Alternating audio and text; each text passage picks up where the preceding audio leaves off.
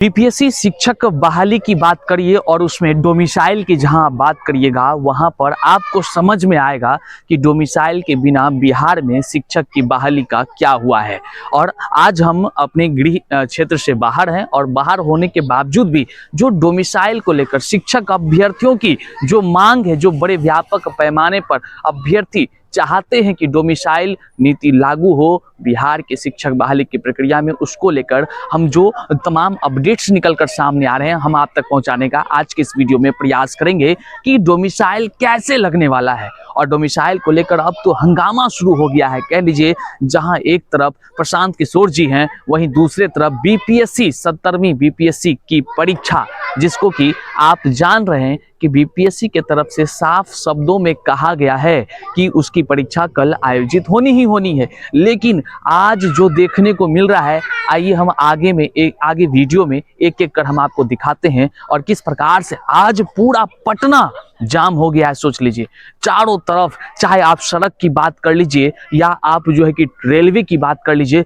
हर तरफ चक्का जाम है। बीपीएससी ही बीपीएससी का नारा गूंज रहा है। क्या कुछ हो रहा है, तमाम चीजों पर बात करते हैं। उससे पहले नमस्कार, मैं हूं हरे कृष्ण प्रकाश और आप देख रहे हैं साहित्य आजकल। साहित्य आजकल का इस प्लेटफॉर्म पर अगर आप नए हैं, सब्सक्राइब नहीं किए हैं तो नीचे सब्सक्राइब का बटन है, सब्सक्राइब कर लीजिए और अपने तमाम साथियों तक एक बार जरूर शेयर कर दीजिए। करते हैं सीधे मुद्दे की बात। साथियों, बीपीएससी 17वीं की सबसे पहले अगर हम बात करें तो अब वहां पर जो है कह लीजिए कि माहौल काफी गर्म हो चुका है। सरकार के किस प्रकार से तानाशाही की रवैया हुई है, किस प्रकार से बीपीएससी 17वीं के अभ्यर्थी री एग्जाम कराने को लेकर लगातार वो गर्दनी भाग हो या तमाम सत्ताधिकारी हर किसी से मुलाकात कर बैठे। यहाँ तक कि प्रशांत किशोर जी और पप्पू यादव जी के नेतृत्व में अभ्यर्थी राजभवन तक पहुंचे और जो राज्यपाल हैं उनसे भी मुलाकात कर बैठे। मतलब हर तरह से आश्वासन तो मिला लेकिन न्याय अभ्यर्थियों को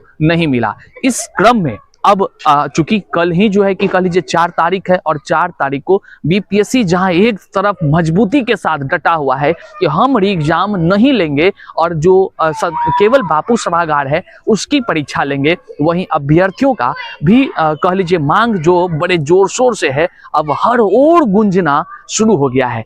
अभ्यर्थी कह रहे हैं कि हम पूरे सभी एग्जाम को कैंसिल कराकर री एग्जाम लेने के लिए बीपीएससी को निवेदन कर रहे हैं, उनसे संघर्ष कर रहे हैं कि वो री एग्जाम सभी सेंटरों का ले, लेकिन बीपीएससी है जो मान नहीं रही। अब बात बीपीएससी और अभ्यर्थी की नहीं, अब बात हो गई सिस्टम में क्या कुछ हो रहा है।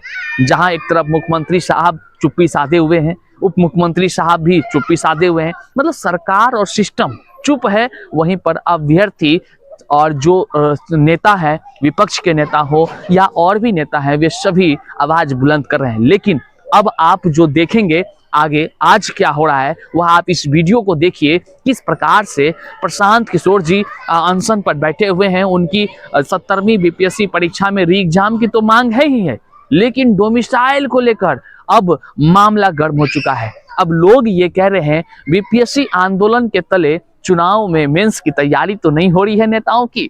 तो साथियों, बीपीएससी शिक्षक बहाली में डोमिसाइल को लेकर किस प्रकार से नेताओं का अब कह लीजिए कमर कसना शुरू हो गया है और तमाम जो सत्ताधिकारी हैं उन्होंने निवेदन किया है अभ्यर्थियों से कि डोमिसाइल लागू करने के लिए तमाम अभ्यर्थियों को एकजुट होना चाहिए, क्योंकि डोमिसाइल के बिना जो शिक्षक में बहाली की प्रक्रिया हुई है इससे क्या कुछ है, क्या कुछ खामियाजा हुआ है, यह आज किसी से छुपा हुआ नहीं है। और इसमें डोमिसाइल खत्म करने को लेकर आखिर कौन दोषी है, इसको लेकर के भी सरकार पर तंज कसता हुआ, सवाल करता हुआ प्रशांत जी ने कई तरह के गंभीर आरोप भी लगाए हैं। आप वीडियो देख सकते हैं। अब मुद्दा ये है कि बिहार में डोमिसाइल लागू नहीं होने की वजह से 50% से ज्यादा नौकरी जो है वो बिहार से बाहर के युवाओं को मिल रहा है। क्योंकि नीतीश कुमार को प्रधानमंत्री बनने का नशा था तो सोच रहा है डोमिसाइल नहीं लागू रहेगा तो दूसरे राज्य वाले नीतीश कुमार को वोट देंगे और बिहार के बच्चों का भविष्य बलि पे चढ़ाया जा रहा है। बात करते हैं कि बिहार के पटना में आज बीपीएससी के चारों तरफ माहौल जो बीपीएससी के कारण से बना हुआ है यह हैरान करने वाला है। और एक बड़ा सवाल यह भी खड़ा करता है, आखिर सिस्टम क्यों चुप है, सिस्टम मौन क्यों है। आम जनता से लेकर अभ्यर्थी की पुकार है केवल 70वीं BPSC re exam all centre. आखिर हो क्या रहा है, क्यों मुख्यमंत्री साहब उस पर कुछ नहीं बोल पा रहे हैं? और बीपीएससी तो अपनी तो हट, तो उन्होंने जो ठाना है वो ठाना ही है। अब देखने वाला बात होगा कि आने वाला जो कल एग्जाम है वह एग्जाम किस प्रकार से होती है। लेकिन बहरहाल आपको बताते चले, इससे पहले आज पप्पू यादव ने रेल जाम करने का भी काम किया है। अभ्यर्थी लगातार आगे बढ़ रहे हैं और सरकार पर दबाव बनाने का प्रयास कर रहे हैं कि परीक्षा सभी सेंटरों की होनी चाहिए। आप ये वीडियो देखिए, किस प्रकार से जो है कि चक्का जाम करते हुए पप्पू यादव नजर आते हैं, वह सिस्टम पर आवाज उठाते हुए नजर आते हैं। और साथ ही साथ किस प्रकार से अभ्यर्थी जब पटना के सड़कों पर उतरते हैं और वह जब चलना शुरू करते हैं तो पुलिस के भी पसीने छूट जाते हैं।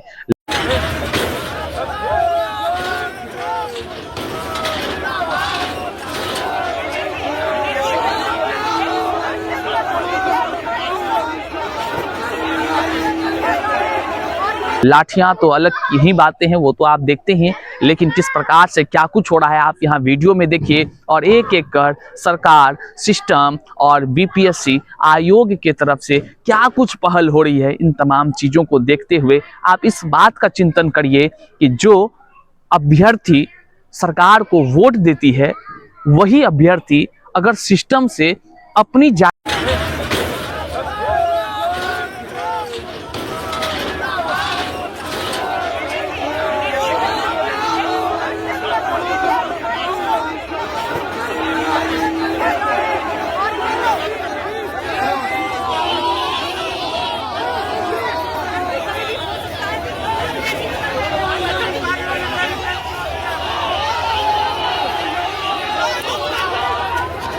बीपीएससी 17वीं परीक्षा को लेकर पटना में खूब बवाल हो रहा है। देखिए, आईएनडीआईए ब्लॉक के छात्र संघों के द्वारा आज मुख्यमंत्री आवास का घेराव करना था और जिसको लेकर अब पटना पुलिस और छात्र संघ के नेताओं के बीच तीखी बहस हो गई है। खूब जो है हाथापाई तक की नौबत आ चुकी है और पटना के जेपी गोलंबर पर जो है बैरिकेटिंग को तोड़कर वो छात्र संघ के नेता, बीपीएससी के छात्र अभ्यर्थी जो है वो अब आगे बढ़ चुके हैं। और इस वक्त हम पटना के डाक बंगला चौराहे पर है। देखिए, छावनी में ये पूरा जो है डाक बंगला चौराहा तब्दील हो चुका है। डीएसपी लॉ एंड ऑर्डर के साथ साथ सभी पुलिस के अधिकारी, पटना पुलिस के जवान जो है वो बैरिकेटिंग करने में जुटे हैं कि इस रास्ते से जब वो छात्र संघ के नेता आएंगे तो उनको किसी भी तरीके से रोका जाए। और उनको रोकने के लिए देखिए इस तरीके की बैरिकेटिंग की जा रही है और इस बैरिकेटिंग के जरिए इस पूरे रोड को ब्लॉक किया जाएगा। और ठीक देखिए, सीधी तस्वीरें हम आपको दिखा रहे हैं किस तरह से इस रोड को ब्लॉक करने की कवायद जो है अब शुरू कर दी गई है। क्योंकि जेपी गोलंबर के पास जो बैरिकेटिंग थी उसकी आप तस्वीरें भी देख रहे हैं कि किस तरह से जो छात्र नेता हैं, जो छात्र हैं बीपीएससी के, उन्होंने उस बैरिकेटिंग को तोड़ दिया है और तोड़कर अब आगे बढ़ रहे हैं। मगर उसी तरीके को, उसी चीजों मांग करती है तो सिस्टम कुछ जवाब तक नहीं देती है। यह एक बड़ा चिंतन का विषय है। बहरहाल क्या कुछ होता है कल आने वाले दिनों में हम आपको रूबरू जरूर कराएंगे। चैनल पर नए तो सब्सक्राइब कीजिएगा। लेकिन जाते जाते हम आपको बताते चलें, पुष्पम प्रिया प्लूरल्स पार्टी की नेता है, प्रशांत किशोर जी जन स्वराज के नेता है, पप्पू यादव जी अभी आप देख रहे हैं कि वो खुद निर्दलीय हैं। लेकिन तमाम जितने भी विपक्ष के नेता हैं सभी ने अभ्यर्थी मतलब छात्रों की आवाज बनकर सरकार को घेरने का काम कर रही है। बहरहाल देखने का विषय होगा कि आने वाले दिनों में शिक्षक बहाली हो या तमाम कोई भी नौकरी हो, उसमें डोमिसाइल नीति लागू होती है कि नहीं होती है। लेकिन आपको हम बताते चले, आगामी विधानसभा के चुनाव है और उस चुनाव में डोमिसाइल सबसे अहम मुद्दा है और आप इसमें किस तरह अपनी भूमिका को निभाते हैं और किस तरह अपने डोमिसाइल के हक को पाते हैं, ये आप पर निर्भर करता है। इस वीडियो को जन जन तक शेयर करिएगा। जो भी समझ में आए, जो भी विचार आए, कमेंट बॉक्स में कमेंट करिएगा और चैनल पर नए तो सब्सक्राइब करते हुए मिलते हैं अगले वीडियो में। तब तक के लिए जय हिंद साथियों।